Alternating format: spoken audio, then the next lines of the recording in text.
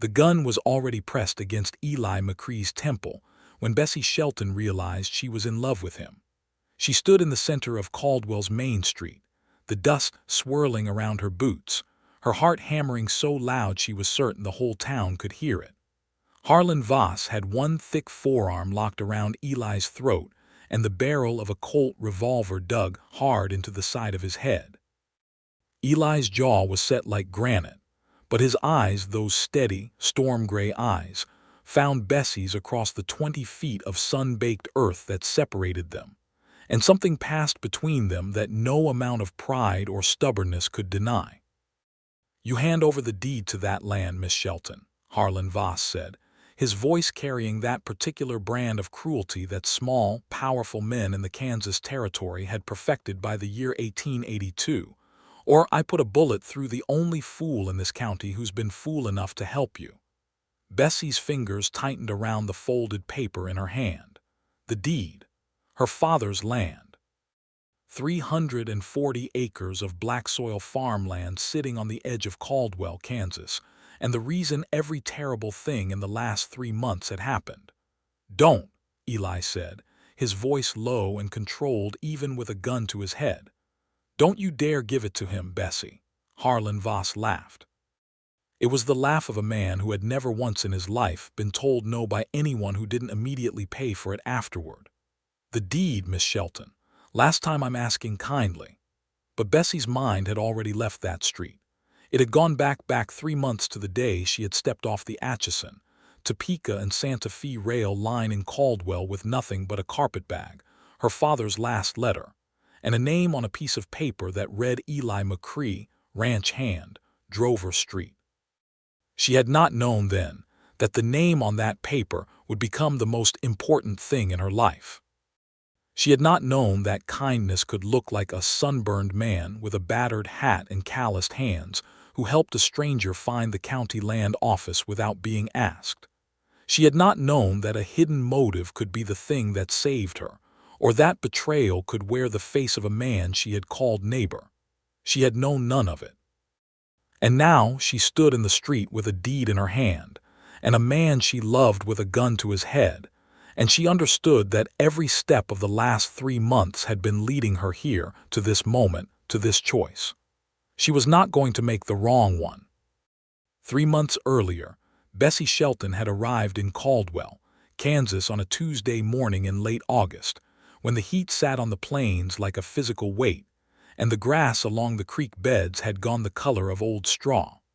She was 24 years old, recently orphaned, and operating entirely on the instructions contained in her father's final letter, which she had read so many times the fold lines had turned soft as cloth. Her father, Thomas Shelton, had been a farmer before he was a sick man, and he had gone west from Ohio in 1875 to stake a claim in the Cherokee Strip region before the land office had formalized ownership of parcels in the county. He had registered his claim, built a modest homestead, and then fallen ill in the winter of 1881. He had written to Bessie, then living with her aunt in Cincinnati, working as a seamstress, and told her that the land was hers by right of inheritance, that the deed was filed with a lawyer in Caldwell named Augustus Pratt, and that she should come and take what was hers before the vultures got to it. He had not told her what kind of vultures he meant. He had not told her about Harlan Voss. Caldwell in 1882 was a cattle town at the height of its particular brand of wildness. It sat at the Kansas border with Indian Territory, and the Kishom Trail ran right through it, which meant there were drovers and trail bosses and longhorn cattle moving through in great rumbling floods every spring and summer. There were saloons and boarding houses, and a land office and a sheriff's office and a Methodist church that also served as the schoolhouse, and there was more money moving through that town in a single week than most Ohio cities saw in a month. It was not a gentle place. Bessie stepped off the train with her carpetbag in one hand and her father's letter folded in her coat pocket, and looked at the town laid out before her on the flat Kansas plain and thought, "I will manage this." She had always been the kind of woman who believed she could manage things. Her mother had died when she was 9, and she had managed the household. Her father had gone west when she was 17, and she had managed herself. She had managed the seamstress work and the small savings she'd accumulated, and the loneliness of being neither a girl nor a fully established woman in a world that offered women very few options outside of those two categories. She had managed. But Caldwell tested the limits of that word. The train platform was crowded with drovers coming off a trail run, their boots caked with red Oklahoma dust, their voices loud with the release of men who had been working for weeks and had just arrived somewhere they could spend their wages. Bessie moved through them carefully, her carpetbag held close, looking for the small board sign that indicated a boarding house. She found one Mrs. Clara Hatch's establishment on 2nd Street and got herself a room for $1.50 a week. Then she washed the train dust from her face and hands and sat on the narrow bed and read her father's letter one more time. The lawyer, Augustus Pratt, was on Main Street. She would go there first. She would collect the deed. Then she would go see the land. She was halfway down Main Street looking for the number her father had written when she walked directly into a stack of feed sacks being offloaded from a supply wagon and sent 3 of them tumbling into the street.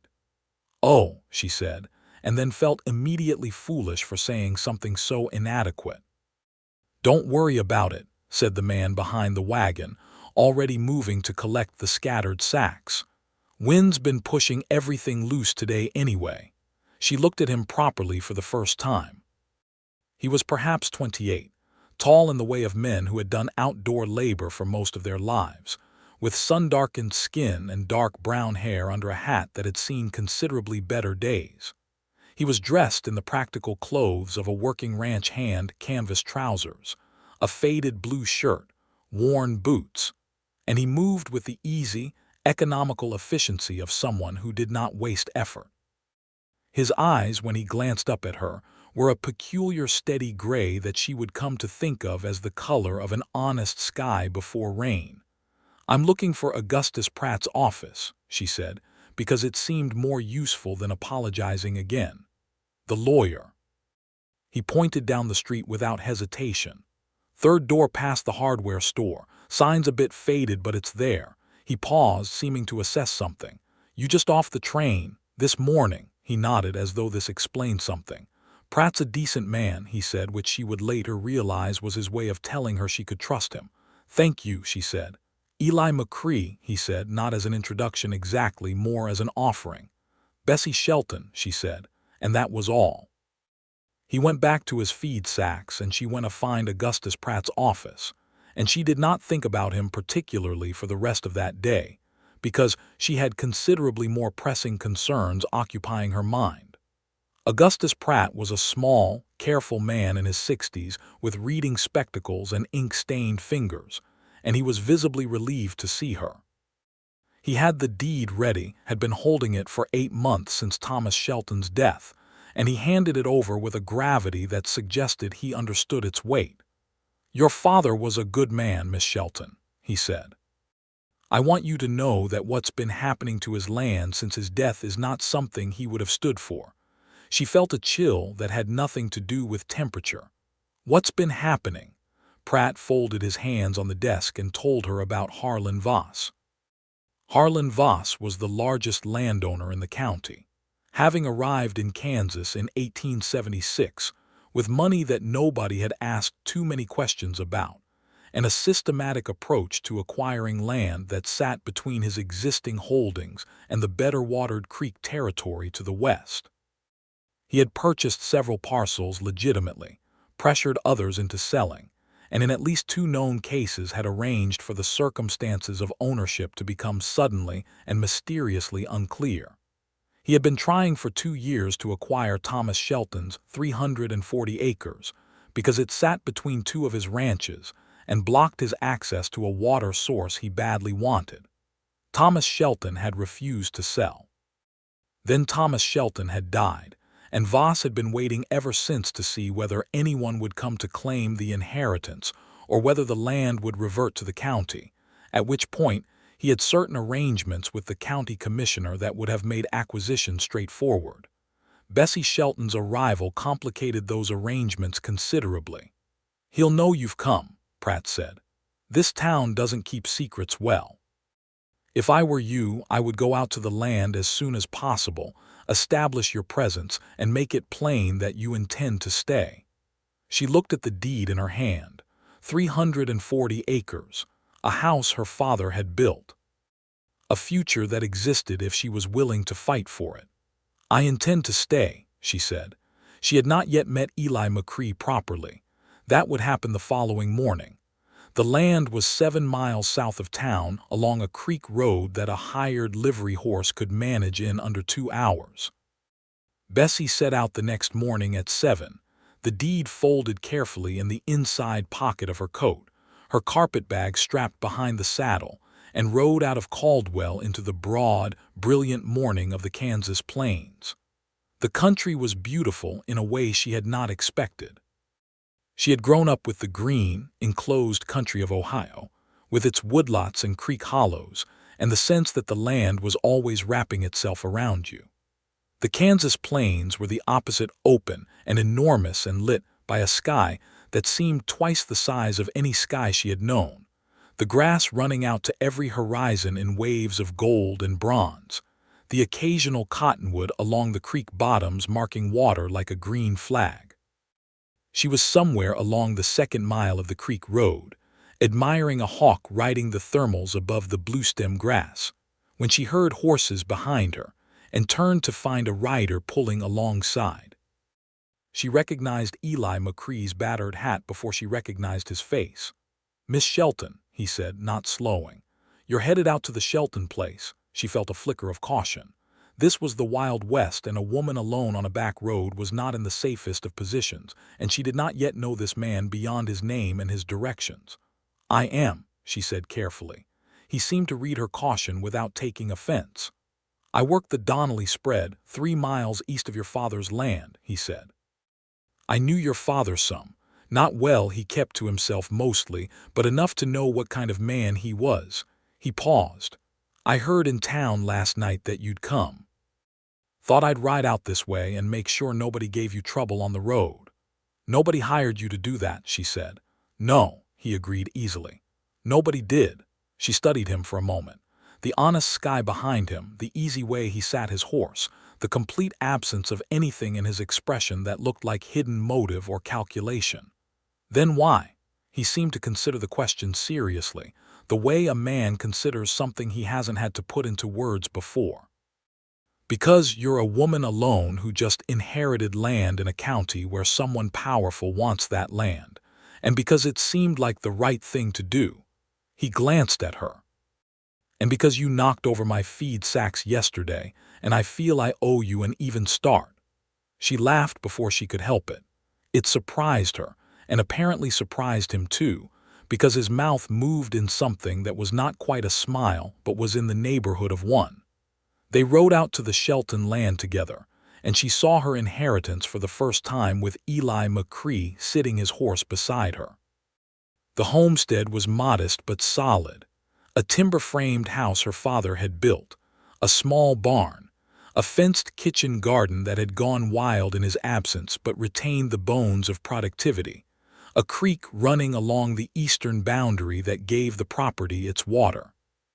The fields her father had worked were reclaiming themselves in grass and ragweed, but the soil, when Bessie climbed down and pressed her fingers into it at the field edge, was dark and rich and alive. "Good land," Eli said from behind her. "Yes," she said, "it is." She straightened and looked at the house and felt something settle in her chest, not peace exactly, but resolution. This was hers. Her father had built it and she would keep it. She did not know then that Voss had already sent men to watch the road. The first week was a lesson in logistics and determination.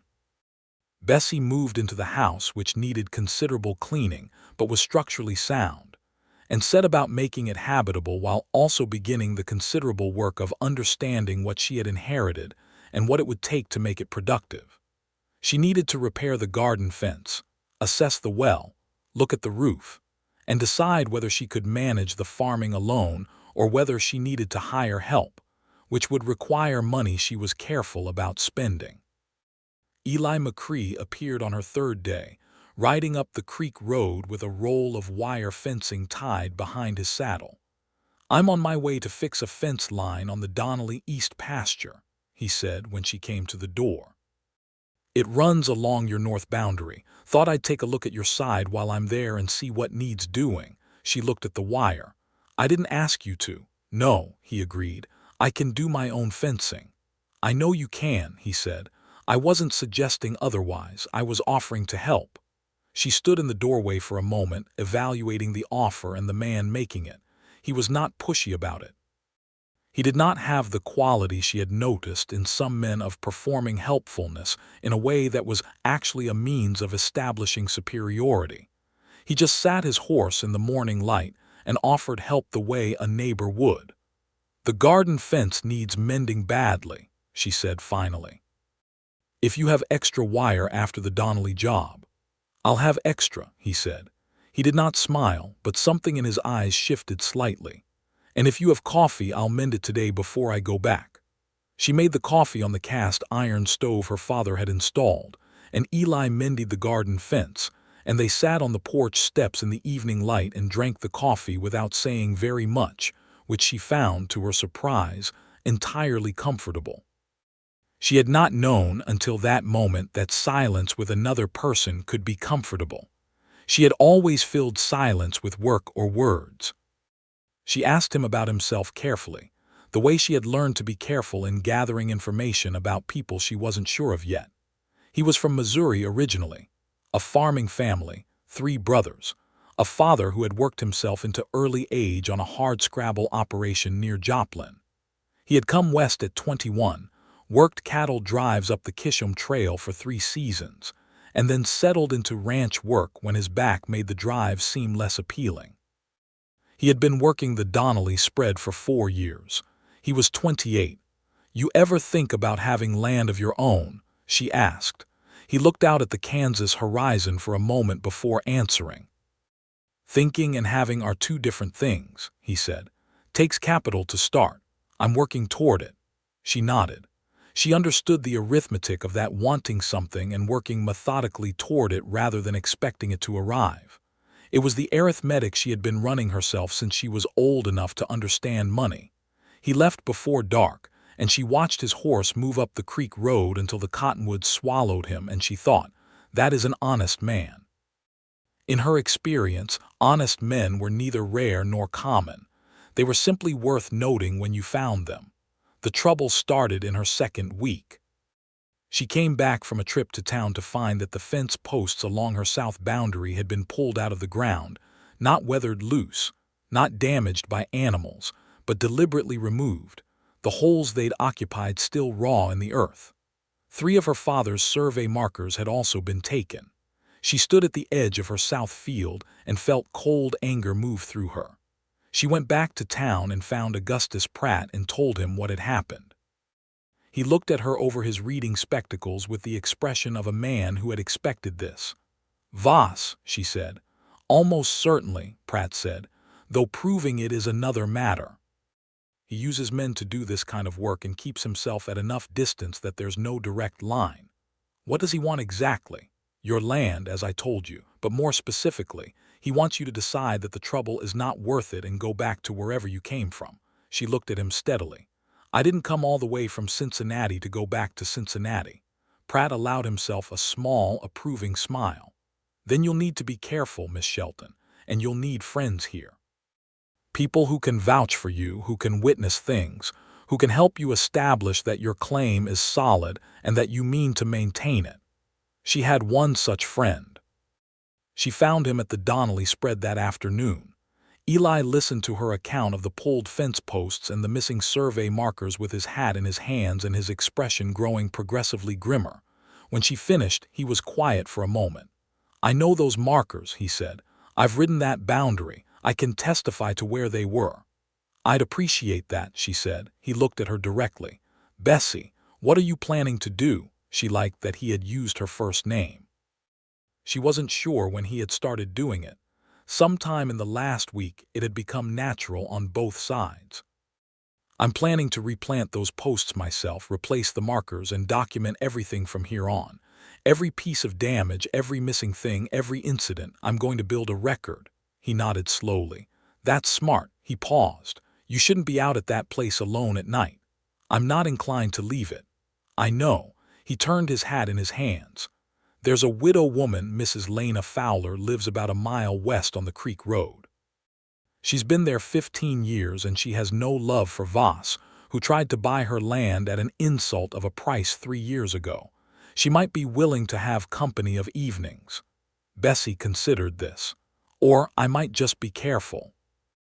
"Or that," he said, "though careful has its limits against men who work for someone with no limits." He was right, and she knew it, but she was not yet ready to acknowledge how serious the danger was, partly because acknowledging it fully would have made it harder to stay, and she was determined to stay. Things moved quickly after that. In the 3rd week of her time in Caldwell, 2 things happened that changed the nature of everything. The first was that Harlan Voss came to call. She was in the garden, working the soil loose around the bean plants she had found seeds for in her father's barn, when she heard hooves and looked up to find 3 riders approaching along the creek road. The man at the front was broad and dark-haired, perhaps 45, with the well-maintained look of a man who had money enough to spend on good clothing and a good horse. He had cold eyes and a wide mouth that arranged itself into a shape that suggested friendliness without containing any. He introduced himself as Harlan Voss. He expressed condolences about her father. He complimented the land. And then, with the smoothness of a man who had done this many times before, he offered to buy it from her at a price that was, she had to admit, somewhat more than she had expected. She told him it was not for sale. He smiled. "Everything's for sale, Miss Shelton. It's only a matter of finding the right price." "Not this land," she said. She had the hoe in her hand still, and she was aware of the 2 riders behind him watching, saying nothing, their presence itself a form of pressure. "My father built this place. I came here to keep it." "Farming is hard work for a woman alone," Voss said.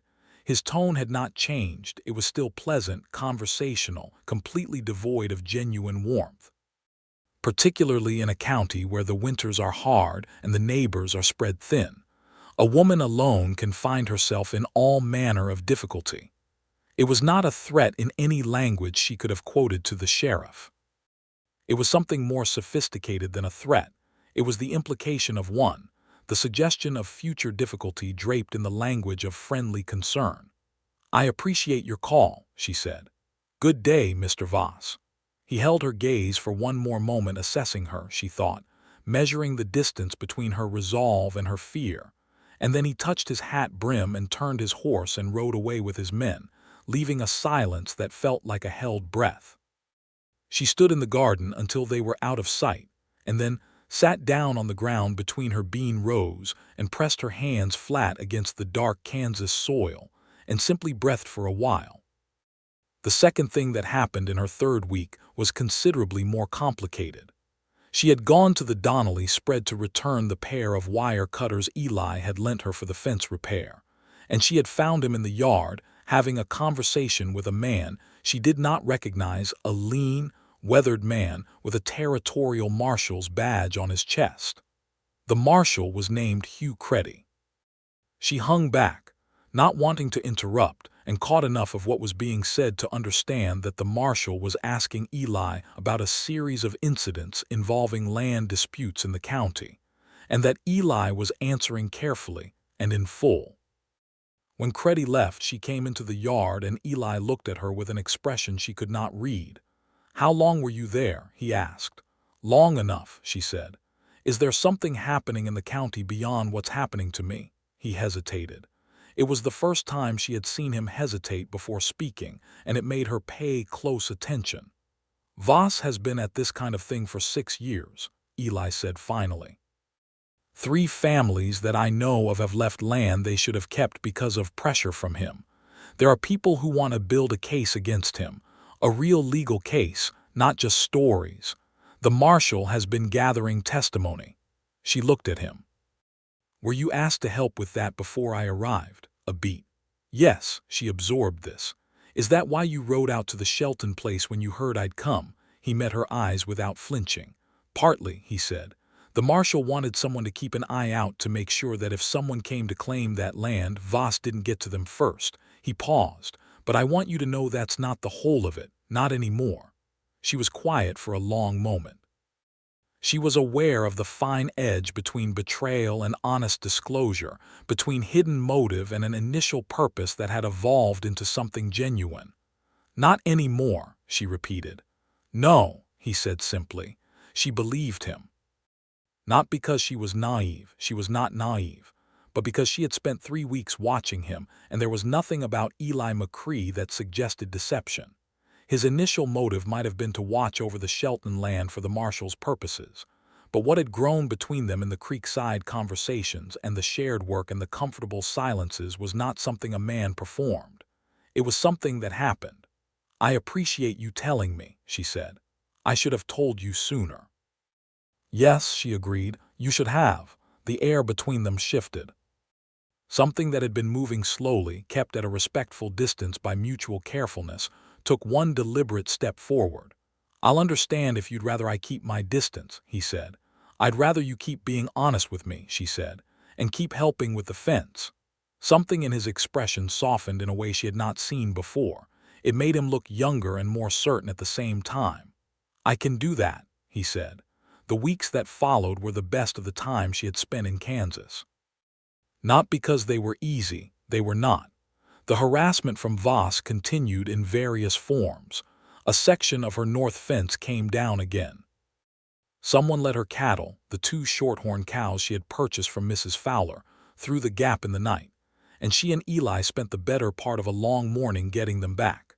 She found evidence that someone had been on her property after dark, examining the well.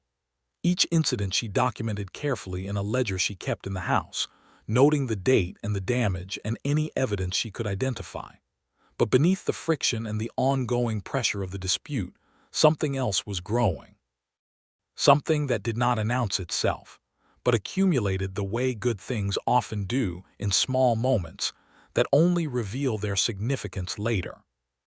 Eli came by most days now, not always with a specific task in hand, sometimes just to ride the boundary with her and check on things, sometimes to help with the heavier work of the homestead that went more efficiently with 2 people. He taught her things she did not know about the land, how to read the grass for moisture, how to tell from the behavior of the cattle whether the well was running low, how to spot the signs of someone having crossed the land on foot. She taught him things she knew, how to put up vegetables efficiently, how to manage accounts and records in a way that would stand up to scrutiny, how to write a letter to a government land office that would get a response. They ate dinner together on the porch on evenings when the work ran late, and the conversation moved from the practical to the personal by degrees so gradual that neither of them could have said exactly when the crossing happened. She told him about Cincinnati and her aunt and the seamstress work, and the specific loneliness of being a useful person in a household that was not your own. He told her about Missouri and his brothers and the cattle drives, and the particular education that came from spending years moving through open country with a group of men who were all, in their different ways, trying to figure out what kind of person they wanted to be. He told her, one evening in late September when the air had turned and the stars over the Kansas plain were brilliant and close, that he had never stayed anywhere long enough to want to stay longer, that he had always been moving towards something but had not known what it was. She was looking at the stars and thinking about what he had just said when she became aware that he was looking at her, not at the stars. She turned, and their eyes met in the darkness, and the thing that had been building between them for 5 weeks arrived at the edge of something it would not be able to step back from. He reached out and took her hand where it rested on the porch railing. His hand was warm and rough and careful. He did not say anything. He did not have to. She turned her hand over and held his back. They stayed that way for a long time, looking at the stars and the dark prairie and the shapes of the cottonwoods against the sky, and Bessie Shelton felt something shift in her chest that she recognized, after a moment of wondering what it was, as happiness. The uncomplicated kind, the the kind that did not ask anything of her except to be present. She had not felt it in a long time. "Eli," she said. "Bessie," he said, and nothing else needed to be said that night. October in Kansas was a season of beauty and sharpening cold. The cottonwoods along the creek went gold, and the grass went amber, and the sky turned the deep, particular blue of autumn evenings on the high plains. Bessie worked the land and managed the ongoing harassment from Voss's men, and built her record and rode with Eli along the creek road in the mornings. And all of it was threaded through with the new, warm certainty of what was between them. He kissed her the first time by the creek, on a Saturday afternoon when they had ridden out to look at the south fence and found it intact for once, and they had sat for a while on the creek bank with the horses grazing loose and the water moving over the flat stones, and he had turned to say something and found her already looking at him, and kissed her instead of whatever he had been going to say. It was a careful kiss, the kind that asks a question rather than assuming an answer. She answered it by kissing him back, and the careful kiss became something less careful and more honest, and when they pulled apart, they were both breathing differently than they had been. "I was going to say something sensible," he said. "Was it important?" she asked. "I have no idea," he said. "I can't remember what it was." She laughed, and he laughed with her, and for a moment the Kansas autumn held them in its golden light and everything was exactly right. But the trouble was not finished. In fact, it was about to become considerably worse. Marshal Creddy came to see Bessie in the second week of October. He was building his case against Voss, and he needed testimony, formal, documented testimony, from everyone who had suffered damage or interference. Bessie's documented ledger was, he told her, exactly the kind of evidence that would matter. He needed her to appear before the territorial judge, who was coming through Caldwell in November on his circuit. She agreed immediately. She had been building that ledger for this purpose. But Creddy also told her something that made the cold move through her differently than the October air. He had information from inside Voss's operation, a former hand who had left and was willing to talk, that Voss knew about the case being built, that he was aware the judge was coming, and that he was planning something more direct than fence posts and survey markers. "More direct how?" she asked. Creddy hesitated. "We don't know exactly. But I want you to be careful, Miss Shelton, very careful." She told Eli that evening. They were in the kitchen of the homestead, the stove burning against the October chill, and she watched his expression as she spoke and saw something change in it that she had not seen before. Not fear exactly. Eli McCrae did not seem to be a man who experienced straightforward fear, but a kind of alert, animal alertness. The look of a person who has just understood that the stakes have escalated beyond the level they had been managing. "He's not going to let this go to the judge," Eli said. "No," she agreed. "That means the next few weeks are the most dangerous." "Yes." He was quiet for a moment. "I want to stay here," he said, "at the homestead, until the judge comes." She looked at him across the table. "That's not," she started, thinking of propriety and what the town would say. "I'll sleep in the barn," he said before she could finish.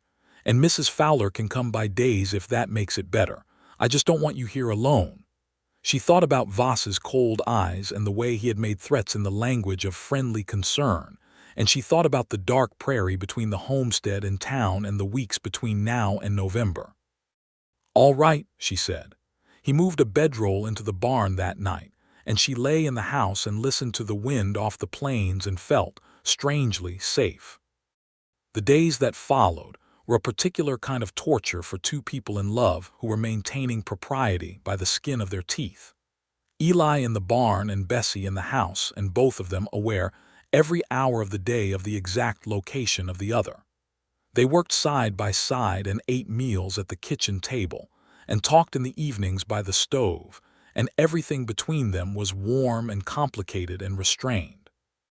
He told her one night about his father, about the hardship of the Missouri farm, and the weight his father had carried without complaint, and how Eli had grown up thinking that love was mostly silence and endurance and not much else. That he had spent years afterward not being sure what a different kind of love would even feel like. She told him about her mother, who had died too young, and how she had spent her childhood trying to be useful enough to be worth keeping, a habit of mind she was still working to unlearn.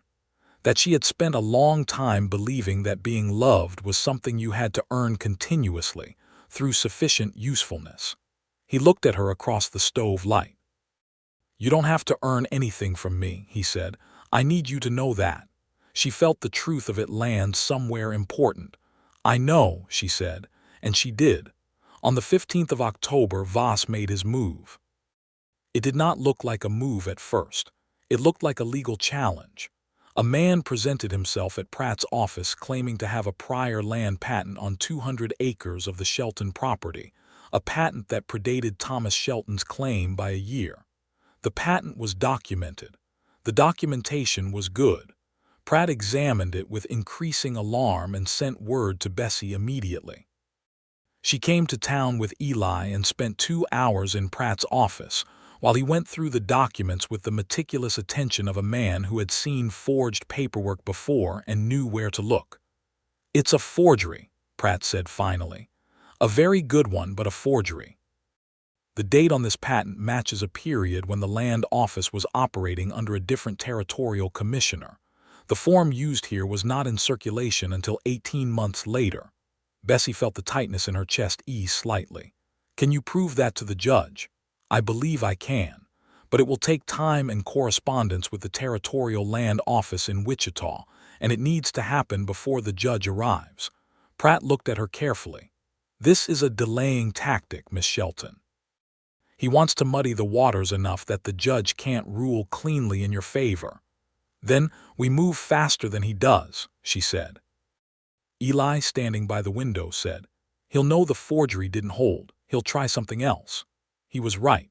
3 days later, one of Voss's men, a big, flat-faced person named Drummond who served as Voss's primary enforcer, rode out to the homestead while Eli was in town getting supplies.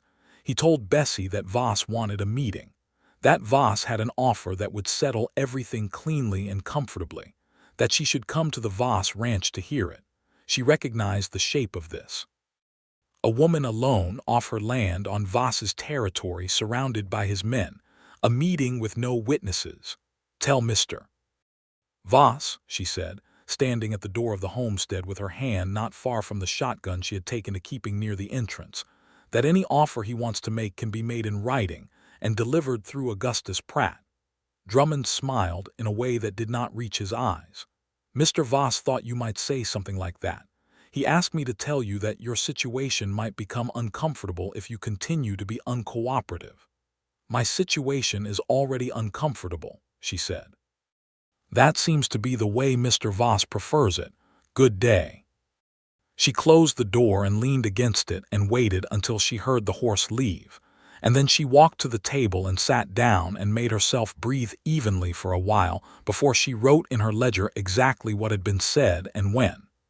Eli was furious when she told him. Not at her, she watched him carefully to see if there was any quality of blame in it. The way some men responded to a woman being in danger, by being angry at the woman for being in a dangerous situation, but at Voss and at Drummond, and at the specific brand of cowardice that threatened women because it believed women were easier to frighten. "He's running out of legitimate options," Eli said. "That's why he's pushing harder. The forgery failed, the fence interference is documented, the marshal has testimony. He knows the judge is coming and he can see he's losing the legal ground." "Which means he'll stop caring about legal ground," Bessie said. "Yes," Eli said. He sat down across from her at the table. "We need to tell the marshal about Drummond's visit. Today." They rode to town together, told Creddy, and the marshal issued a formal warning to Voss through the county sheriff, which accomplished less than they might have hoped, since the sheriff had a complicated relationship with Voss that Pratt had warned her about previously. But it was documented. Everything was documented. In the second-to-last week of October, Eli asked her to marry him. It was not the timing she might have predicted. They were standing in the barn, of all places. She had been checking on the Shorthorns, and he had come to tell her something Creddy had said, and had stopped in the doorway looking at her in the amber barn light for a long moment before he said it. "Bessie." His voice was even, but his hands were not entirely steady, she noticed.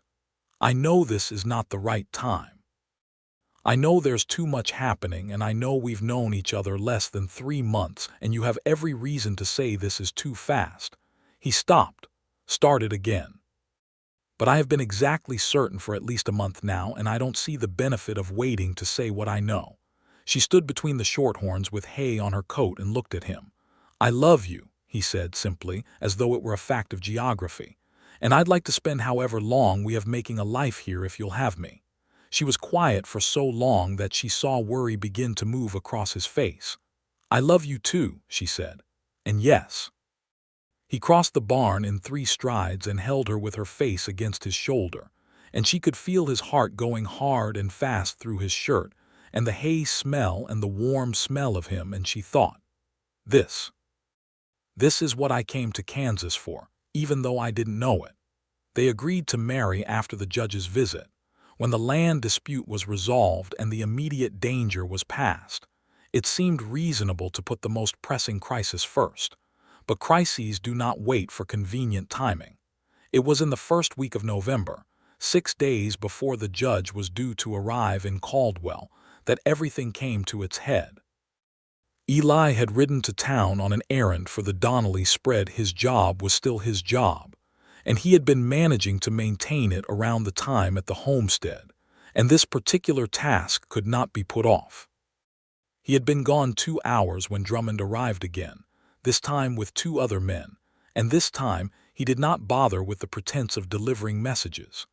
They came into the yard with the horses pushed fast, and Drummond came to the door and told her that she was going to sign the land over. That Voss was done waiting, that there was a deed transfer paper in his coat pocket and a pen and ink in his saddle bag, and she was going to sign her name on that paper. Bessie looked at the 3 men in her yard and felt fear, genuine, clean fear, and underneath it the harder thing, anger, the kind that does not shake but sharpens. "I am not going to sign anything," she said. Drummond stepped forward and put his boot against her door, holding it open. "You don't have a choice in this, ma'am." She brought the shotgun up. It was a 12-gauge Remington that had been her father's, and she had learned to load and handle it in her first week at the homestead. The sound of the hammers being cocked was very clear in the still November morning. Drummond stopped. His 2 men stopped. They looked at the shotgun with the particular respect that guns command. "Get off my land," she said. Her voice was steady, which surprised her. There was a moment, one of those moments where everything could have gone in several different directions simultaneously, and then Drummond's expression went from startled to cold and calculating. "You've got 2 shells in that thing," he said. "There are 3 of us." "Mathematics was never my strongest subject," she said, "but I'm confident that 2 of you will not enjoy the experience." For 10 long seconds nobody moved. Then she heard hooves coming up the creek road fast, and the sound of more than 1 horse, and she did not take her eyes or the shotgun off Drummond, but she was aware in her peripheral vision of riders coming into the yard. Eli, and behind him Marshal Creddy and 2 deputies. Eli had run into the marshal in town. The marshal had received information that morning from Voss's former hand, the one who had been talking, that Drummond had been dispatched to the Shelton place with a deed transfer. They had ridden hard. Creddy arrested Drummond and his 2 men for criminal intimidation and the attempted extortion of a land deed under threat of force. He also sent deputies to bring in Harlan Voss himself, on the strength of the testimony and the documented evidence and the attempted forgery, and now this a witnessed criminal act involving his direct employee following his direct orders. Voss came to town, but he did not come quietly. He came with men, and he came to the main street of Caldwell, and that was where the stand happened that Bessie had been living in her memory since it began. Voss with his Colt and his arm around Eli's throat, Bessie with the deed in her hand. She had been walking down Main Street with the deed from Pratt's office, heading to Creddy's office, when Voss had come out of the alley behind the mercantile with 3 men. Two of them had gone for Creddy's deputies. One had put himself between Bessie and the marshal's office, and Voss had grabbed Eli, who had been coming up the street from the livery, because Voss was a man who, when he ran out of legal options and legitimate pressure, went for whatever would hurt the most. He had been watching. He had seen them together. He knew that Eli McCrae was the thing that would make Bessie Shelton hesitate. "The deed," Voss said. "Last time I'm asking." Bessie looked at Eli across the 20 feet of Main Street. His eyes were steady, gray as rain sky. He had told her once that he had never stayed anywhere long enough to want to stay longer, that he had not known what he was moving toward. She understood in that moment exactly what she was going to do. She held the deed up. She let Voss see it. And then she looked past him, up the street, at the two figures she had seen moving quietly into position while Voss was focused on her Marshal Creddy, who had come around the back of the mercantile, and his remaining deputy, who had come along the alley on the other side. She did not give Voss the deed. She threw it spinning up into the November air, away from her, into the street, and Voss's eyes followed it with the reflexive greed of a man who had spent 6 years thinking of nothing but that land.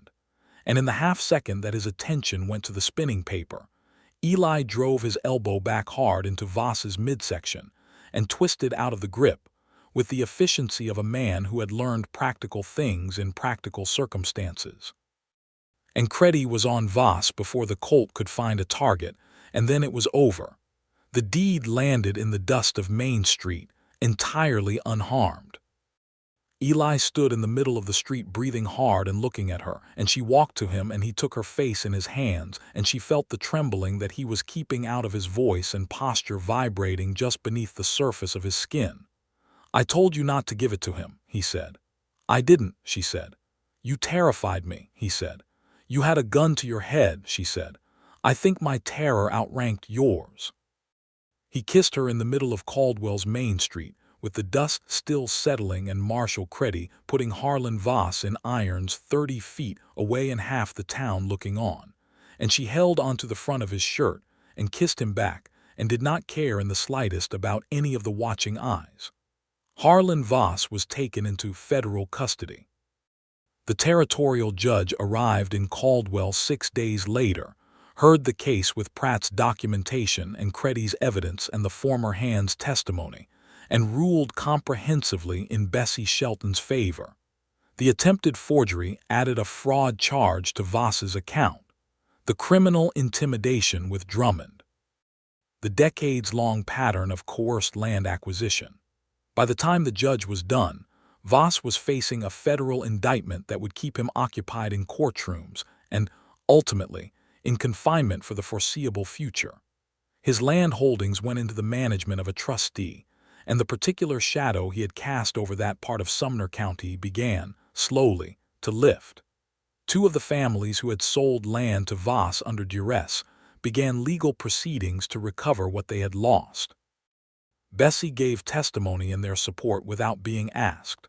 On the 22nd of November, 1882, Bessie Shelton and Eli McCrae were married in the Methodist Church on 3rd Street in Caldwell, Kansas. The church also served as the schoolhouse, which Bessie found appropriate in a way she couldn't fully articulate, something about the merging of instruction and community, and the practical work of building a life. Mrs. Lena Fowler was there, and Augustus Pratt and Marshal Creddy, and the Donnelly family who had employed Eli for 4 years, and who regarded him with a genuine, rough-edged affection.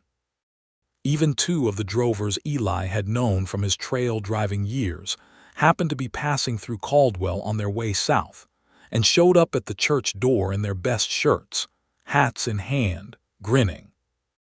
Bessie wore her good blue dress, which she had altered at the waist and trimmed with ribbon she had bought at the mercantile, and she carried a small bunch of late-season prairie asters that Eli had found along the creek road that morning and brought to her without any ceremony, just set them on the table and said, "Found these," which was so exactly him that she had laughed and felt her eyes go bright. The minister was a young man who had been in Caldwell less than a year, and performed the ceremony with considerable solemnity and only a small amount of nervousness. The vows were the traditional ones, to have and to hold, in sickness and in health, for richer or for poorer. And Bessie said them looking at Eli, and Eli said them looking at her, and between them, those old words felt entirely new. After the ceremony, they walked back along the creek road to the homestead in the cold November afternoon, just the two of them, the horses tied at the church for the moment, walking in the frost-pale grass with the cottonwoods bare against the sky and the creek running low and clear over the stones. He held her hand, she held his. "Well," he said. "Well," she said, "here we are. Here we are." The cottonwoods rattled their empty branches in the wind and the creek ran on, and the sky over the plains was enormous and full of thin winter light. And they walked home to the homestead that had been Thomas Shelton's and was now theirs, and built a fire in the stove and sat together in the kitchen and were entirely content. Winter came hard that year, as Kansas winters do, with a norther in December that drove the temperature down below zero and kept them inside for 3 days, burning through the wood Eli had spent October splitting and stacking against exactly this eventuality. The snow came and went and came again, and the plains turned white and silent, a different kind of enormous, the horizon a clean line between white ground and gray sky. They were snowed in for those 3 days, and they talked, the kind of sustained, unhurried talking that people do when they are new to each other and suddenly in close quarters, and time is unrestricted. She learned things about him she had not yet known, that he had a precise and somewhat unexpected sense of humor that emerged in dry, quiet observations. That he had 3 books in his saddlebags that had traveled with him through Missouri and the cattle drives and 4 years at the Donnelly spread. And he read them the way some people read Scripture, carefully and repeatedly, and with increasing depth. That he was afraid of almost nothing she could identify except the specific fear of losing people he loved, which was rational, and which he had developed logically from having lost his mother at 12 and a trail-driving friend to a river crossing at 23. She told him things about herself, too. That she was braver than she generally let herself believe, and that she had spent 24 years holding herself to a standard of self-sufficiency that was partly admirable and partly a defense mechanism. She was now, with someone beside her, slowly relaxing. That she was not entirely sure what she wanted the homestead to become, whether farming or something else, whether cattle or something else, and that she would like to figure it out together rather than alone. "Together sounds right," he said. She leaned against his shoulder in the firelight. "It does," she said. By spring they had made several decisions about the land. They would not try to farm the entirety of it the first year. That was beyond their capacity. They would put 40 acres in winter wheat, maintain the kitchen garden, expand the cattle herd modestly by purchasing 4 more shorthorns from a ranch 2 miles west that was selling stock, and use Eli's ranch hand skills and their combined labor to bring the property to productive capacity over 3 or 4 years. It was a careful, methodical plan, the kind of plan that 2 people who understood the arithmetic of hard work and limited capital make when they are serious about the future. Eli also, with considerable quiet satisfaction, left the Donnelly spread in March. He had told Calvin Donnelly in February, giving the family time to find replacement help, and Donnelly had shaken his hand and told him he'd known this day was coming since about the 2nd week Eli had been riding over to the Shelton place. "Was I that obvious?" Eli said. "Son," Donnelly said, "you fixed that woman's fence line with wire I didn't authorize you to take. You were obvious before you knew you were obvious." The spring of 1883 was a season of labor and discovery, and the particular pleasure of building something together. They worked hard, harder than either of them had worked alone, which was saying something, and the land responded the way good land does to good attention. The wheat went in clean and even. The garden expanded. The shorthorns flourished on the creek bottom grass. The house, which Eli had been improving through the winter with materials from the sawmill in town, was tighter and warmer than it had been and would be more so by the following winter. Lena Fowler came by twice a week and was a source of practical wisdom and company that Bessie valued more than she had expected to. Lena had been homesteading alone for 15 years and knew things about the land and the weather, and the particular challenges of managing livestock and crops with limited equipment that no book had written down. She taught Bessie to put up preserves properly, a skill Bessie had attempted from memory, and with results that she preferred not to discuss, and how to read the cloud formations that preceded the violent Kansas hailstorms that could destroy a wheat crop in 20 minutes. The case against Harlan Voss worked its way through the federal court system through the spring and summer of 1883. It was a slow process, federal cases always were, but Pratt kept Bessie informed, and the outcome, when it came in the late summer, was decisive. Voss was convicted of fraud and land extortion and sentenced to 5 years in the federal penitentiary in Leavenworth. His remaining land holdings were liquidated, and 2 of the families who had sold under duress received partial restitution from the proceeds. The shadow lifted. Not completely, it never does, when something that dark has sat over a place for years, but enough that the county breathed differently. Bessie noticed it in the conversations in town, in the way people who had been quietly afraid began to be quietly themselves again. She noticed something else in the summer of 1883 as well. She had been feeling unlike herself for several weeks, tired in a way that the work did not entirely account for, with a particular morning queasiness that came and went. She went to see the doctor in Caldwell on a Wednesday afternoon in July and came back to the homestead in the late afternoon golden light and found Eli mending the pasture gate, his shirt damp with the July heat, and she stood at the pasture fence watching him work for a moment before he looked up and saw her face. He was through the gate and across the yard in a heartbeat. "What's wrong?" "Nothing's wrong," she said. He looked at her carefully. "You're crying." "I'm not." She touched her face and found that she was, in fact, crying, which was embarrassing and also not something she could pretend away. "I'm not upset," she said. "I'm just," she told him. His face went through several things quickly: surprise, and then something that broke open into an expression she had not seen before, wide and unguarded and brilliant, the expression of a man who has just received news so good he doesn't know where to put it. He held her carefully, the way you hold something very important. "We're going to have a child," he said, as though confirming it to himself. "Apparently," she said into his shoulder. He held her tighter. She could feel him shaking slightly, the same trembling beneath the surface that she had felt on Main Street after Creddy arrested Voss. The shaking of a man keeping the scale of his feeling contained enough to function. "Bessie," he said, and her name in his mouth sounded like something lit from the inside. "I know," she said. Their son was born in the early hours of a March morning in 1884, delivered by Mrs. Lena Fowler, who had, as it turned out, delivered more babies in the county over 15 years than the actual doctor had managed. He was healthy and loudly expressive about the indignity of his arrival, and he had Eli's gray eyes and Bessie's dark hair, and an imperious quality that made Lena Fowler laugh, and say he was going to be trouble in the best possible way. They named him Thomas Eli McCrae, after the man who had built the homestead and the man who had made it a home.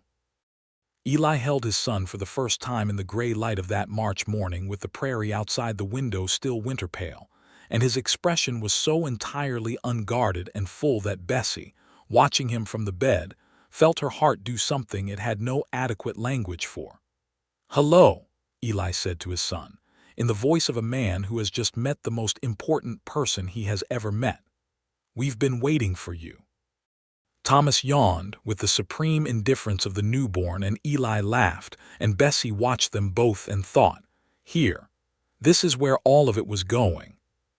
The years that followed built on what had been established with the careful, accumulating weight of a life genuinely lived.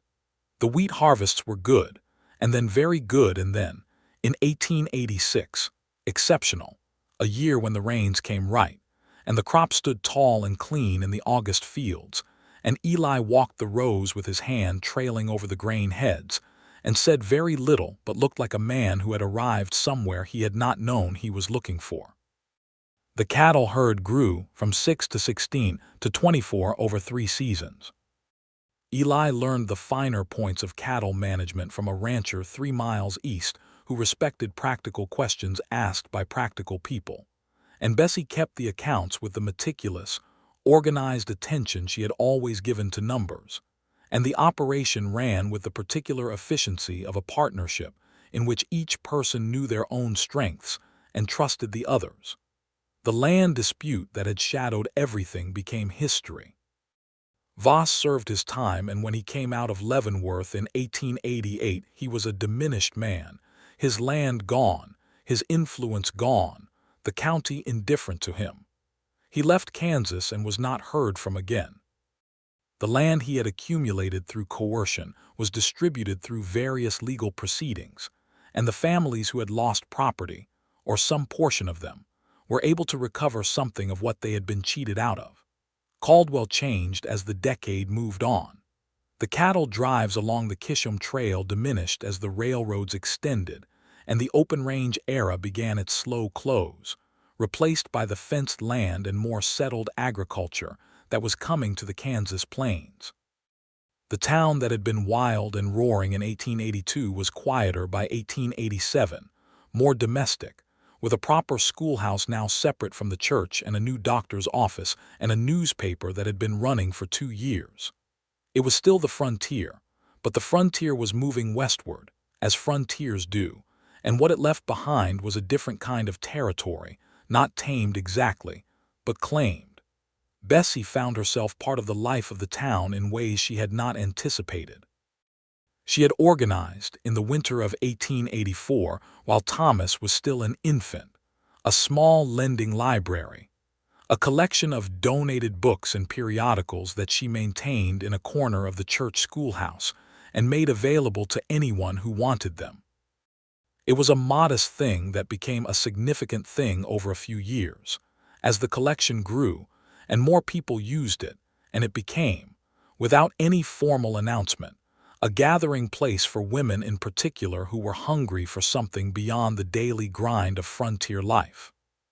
She corresponded with libraries in Wichita and Topeka, and eventually with the State Library Commission. And by 1887, the Caldwell Lending Library had received its first official state grant and occupied its own small building on 2nd Street, donated by a merchant whose daughter had learned to read well above her age using its collection. Bessie ran it 3 mornings a week and considered it one of the finest things she had done, not because she needed recognition for it, but because she could see, in the faces of the children who came in and the women who sat with periodicals for an hour of quiet in busy lives, that it mattered. Eli thought this was entirely in character. "You build things," he told her one evening. "Whatever is in front of you, you build something with it." "So do you," she said. "I build practical things," he said. "Fences and barns." "Fences and barns and a good marriage and a fine son," she said, "and a farm that works." "We both did those," he said. "Yes," she agreed. "We did." Thomas at 4 was a determined child who had decided that his primary ambition was to assist his father with every task on the property, regardless of whether he was actually useful in the assistance. He followed Eli through the barn and the fields with absolute concentration, asking questions in the unrelenting way of small children, and Eli answered every question with complete seriousness, which she suspected was laying the foundation for a very confident young man. She watched them sometimes from the kitchen window, the man and the small boy moving through the morning chores together, the child's stride trying to match his father's, and felt the particular, full ache of knowing you are in the middle of something beautiful while it is happening, not just in retrospect. In the autumn of 1886, she told Eli she was expecting again. He received the news with the same brilliance she had seen the first time, unguarded and lit from within, and held her in the kitchen while Thomas tugged at both of their sleeves, wanting to know what was happening. "You're going to have a brother or a sister," Eli told him. Thomas considered this with 4-year-old gravity. "Which one?" he asked. "We don't know yet," Eli said. "I want a brother," Thomas said definitively, and went back to playing, the matter apparently settled to his satisfaction. He got his wish. Their second son, James William McCrae, arrived in May of 1887 with considerably less drama than Thomas had managed, and with an equable temperament that seemed to have been designed specifically to balance his brother's determination. James was the kind of child who watched the world carefully before engaging with it, quiet where Thomas was loud, observant where Thomas was active, and he was, from the beginning, entirely himself. The homestead in the summer of 1887 was a working farm of 40 acres in wheat, a 24-head cattle operation, a large kitchen garden, 2 horses of their own, a house that had been considerably expanded from what Thomas Shelton had built originally, and 2 small boys who between them occupied approximately the energy of a full cattle drive.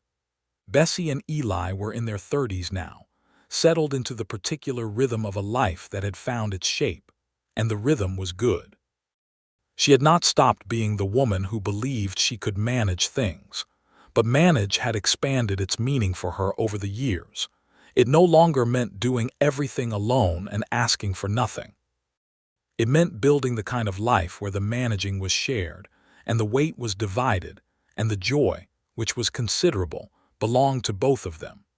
She found him one evening in late summer standing at the edge of the south field, the field where she had found the first pulled fence posts back in that frightening autumn of 1882, looking out at the wheat stubble left from the harvest, the light going gold and long across the plain. She came to stand beside him and slipped her hand into his, and he held it without looking at her, both of them looking out at the land. "Do you remember," he said, "when I found you in the garden with a hoe and a shotgun and Drummond's horse in the yard?" "I remember you arriving with the marshal," she said. "I was terrified," he said. "I'd ridden the last mile faster than I'd ridden anything since the trail drives." "You didn't look terrified," she said. "I was very busy not looking it," she laughed. He turned and looked at her, the way he did sometimes still after 5 years, with that quality of seeing her entirely, and she looked back at him in the last gold light of the summer evening on the Kansas plain. "This is what I was moving toward," he said. "All those years I couldn't figure out what I was looking for. This." She squeezed his hand. "I know," she said. "I figured it out on Main Street when there was a gun to your head. That's a terrible time to figure something out. You work with what you have," she said, and he laughed and she laughed, and the sound of it went out across the field and into the enormous sky. She had come to Kansas with a carpetbag and her father's letter, and the belief that she could manage things. She had found something far better than management. She had found a life that was worth managing together. A man who was honest about his initial motives because he believed she deserved the truth. A piece of land that had been worth fighting for. A community she had chosen, and that had, over the years, chosen her back. And on evenings like this one, the prairie gold and the wheat stubble catching the last light and her son's voices coming faintly from the direction of the barn, where they were conducting some investigation of the new calf, she thought about her father and his letter and the deed, and the long chain of events that had brought her here, to this field, to this man. Thomas Shelton had told her in his letter that she should come and take what was hers before the vultures got to it. He had meant the land. He had not known that what she would find here was more than land. He could not have known that she would fight for those 340 acres of Kansas soil, and in the process find the thing she had not known she was looking for. But she thought he would have been pleased. She thought he would have looked at the wheat fields and the cattle and the sound of his grandson somewhere in the barn, and the man standing beside her holding her hand in the evening light, and he would have said, "Yes, this is what I built it for." The years continued their quiet, meaningful accumulation. 1988 brought a difficult winter, and they came through it. 1889 brought the beginning of the land run in Oklahoma Territory.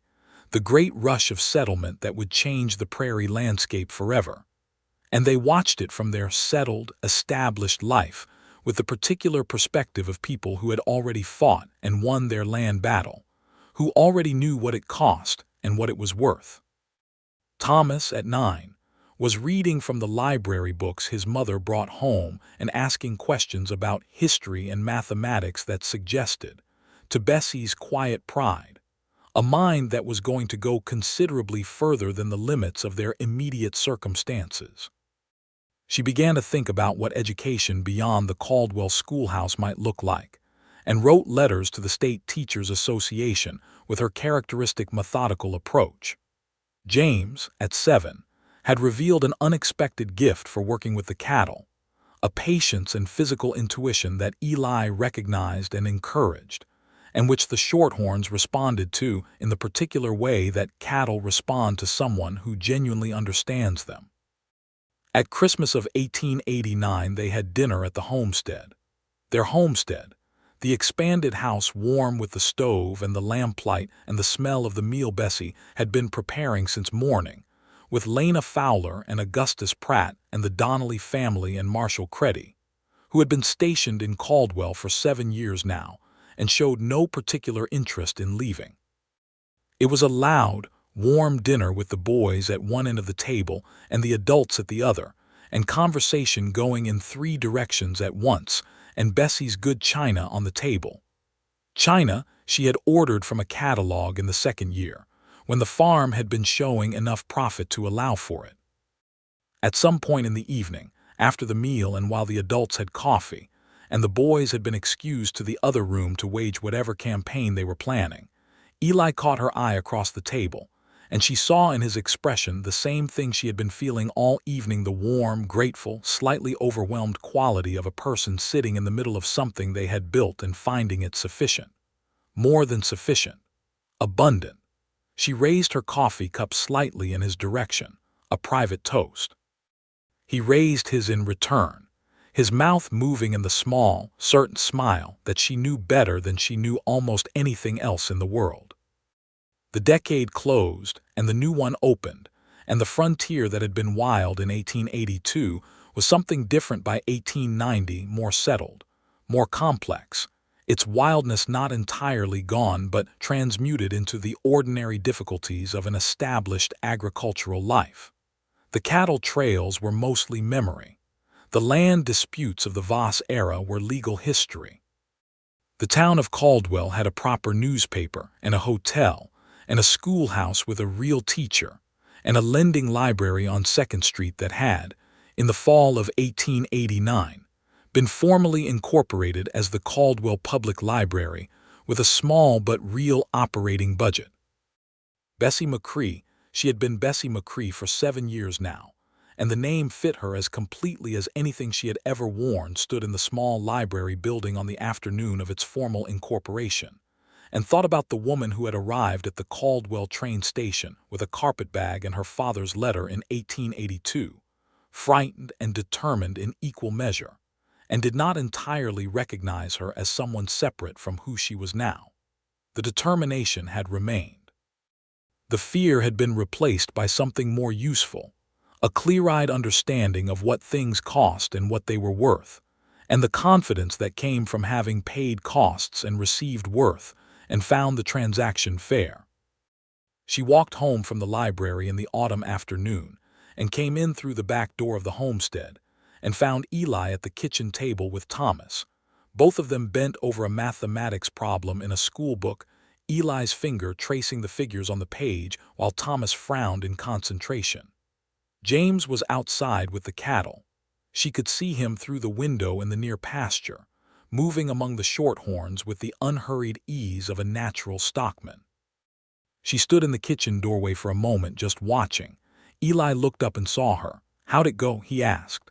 "They gave us the charter," she said. He smiled, the full, open smile that he had been less sparing with over the years. "Of course they did." Thomas looked up from his mathematics. "What's a charter?" "Official permission to exist," Bessie said, which was not the most precise definition but was, she felt, essentially accurate. "The library already exists," Thomas pointed out. "Now it officially does." she said. Thomas appeared to find this adequately satisfying and returned to his mathematics. Bessie set her coat on the hook by the door and put the kettle on the stove, and Eli came to stand beside her while the kettle heated, close enough that their shoulders touched, the comfortable, habitual proximity of two people who had spent years learning the particular geography of each other. "Bessie," he said. "Eli," she said. "I think this might be the best life I could have had," he said. She looked out the window at James among the cattle and listened to the scratch of Thomas's pencil on the mathematics page and felt the warmth of the stove coming up and the solid presence of the man beside her. "I know it's the best life I could have had," she said. He pressed his lips to her temple and she leaned into him slightly, and the kettle began its low, building sound toward a boil. And outside the Kansas plains lay wide and enormous and golden in the October afternoon light, the same light that had been lying across this land for as long as anyone could remember and would go on long after any of them, indifferent and beautiful. But it was not indifferent to her.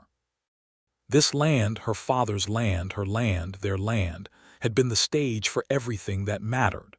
The fight and the fear and the forbidden joy of loving someone when everything else was trying to take what you had. The long building of something real. She thought sometimes about the moment on Main Street, about the deed spinning up into the November sky and Eli getting his elbow free and Creddy coming around the corner of the Mercantile, and how everything had balanced on the knife edge of that half second and come down right. She was glad it had come down right. She was glad every day, in the particular way of a person who understood what the alternative would have been.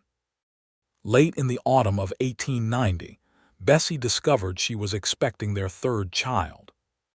She was 32 and Eli was 36 and Thomas was 10 and James was 7, and she told Eli on a quiet evening by the stove and watched the brilliance move across his face one more time. "We're going to need more room," he said when he could speak sensibly. "We have 340 acres, she said. "I think we can manage."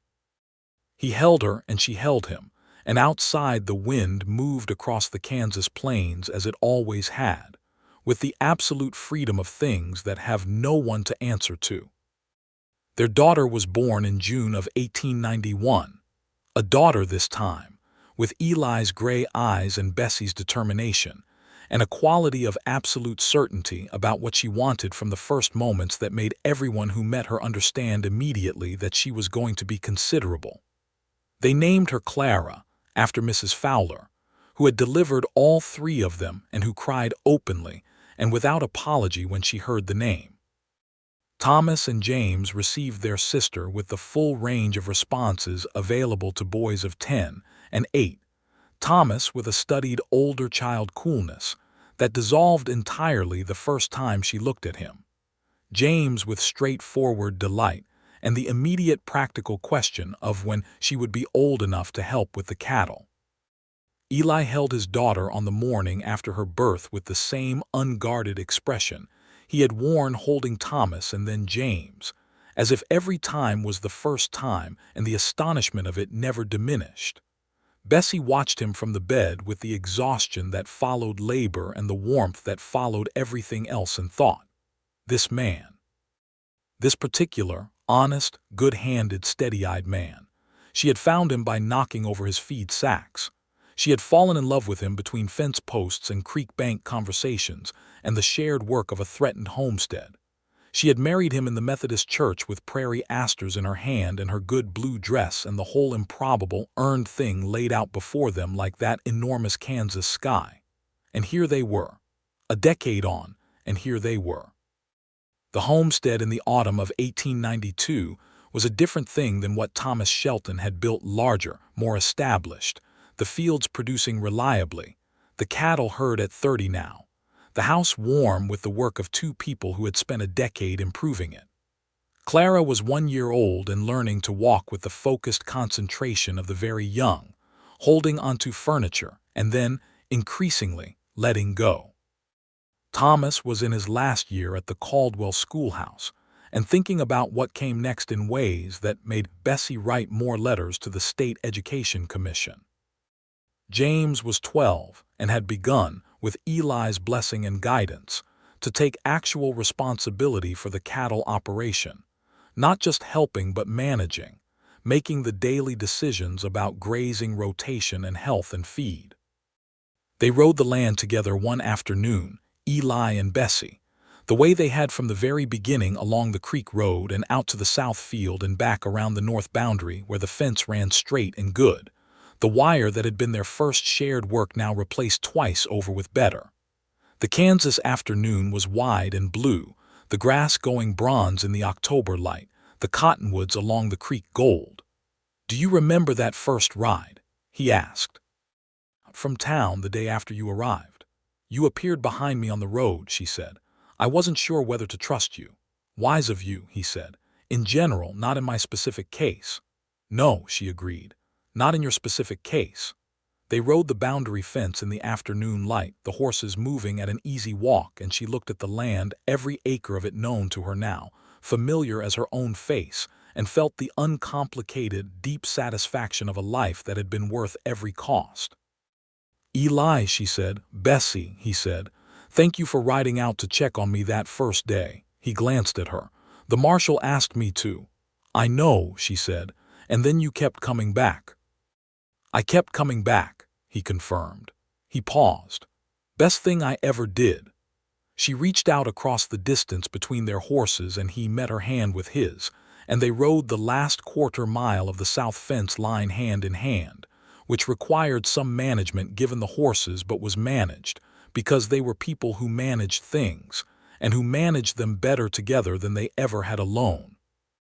The plain stretched out in every direction, enormous, honest, indifferent, beautiful, and above them the Kansas sky went on as far as sight could carry, the same sky her father had looked at and that she had looked at on that first August morning, and that her children would look at all their lives.